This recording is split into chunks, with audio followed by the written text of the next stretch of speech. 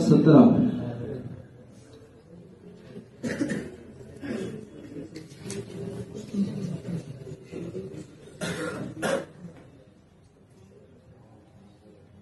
وحاشا وخلا وعدا کلو، یہاں سے لے کر ضمیر مستتر دائما یہاں تک عبارت پڑھیے. بسم اللہ الرحمن الرحیم. وحاشا وخلا وعدا كل واحد منها للاستثناء، مثل جاءني القوم حاشا زيد وخلا زيد وعدا زيد.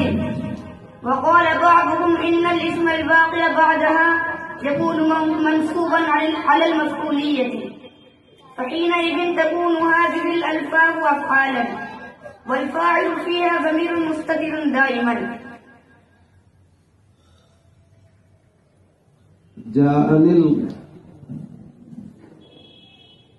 جاءني القوم حاشا زیدین میں القوم ترکیب میں کیا واقع ہے؟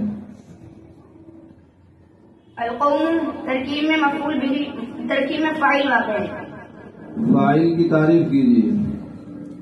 فاعل وہ اسم ہے جس سے پہلے فعل اسم فعل ہو اور وہ فعل اسم فعل اس اسم کے ساتھ قائم ہو، اس پر واقع نہیں ہو، اور اس فعل اسم فعل کی نسبت اس اسم پر اس کو اگر کی گئی ہو تو فعل اسم فعل اس اسم کے ساتھ قائم ہے، اس پر واقع نہیں ہے.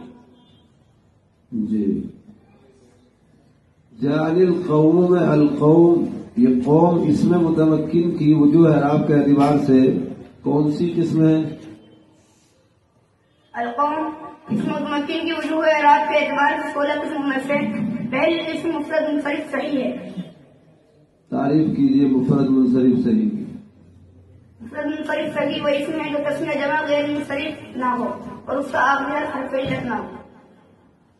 اس کا اعراب اعراب حالت رفعی میں ضمہ، حالت نصبی میں فتحہ، حالت جری میں کسرہ کے ساتھ ہوتا ہے.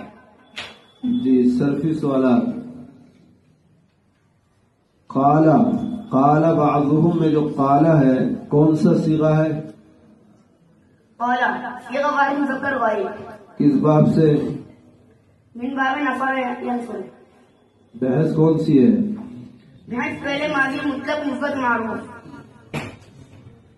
قال سے مضارع مثبت معروف کی گردان کیجیے.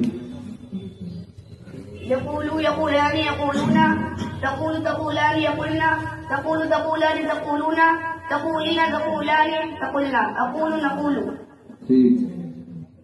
قال اقسام حروف کے اعتبار سے فعل کی کون سی قسم ہے؟ قال اقسام حروف کے اعتبار سے فعل کی 4 قسموں میں سے معتل ہے.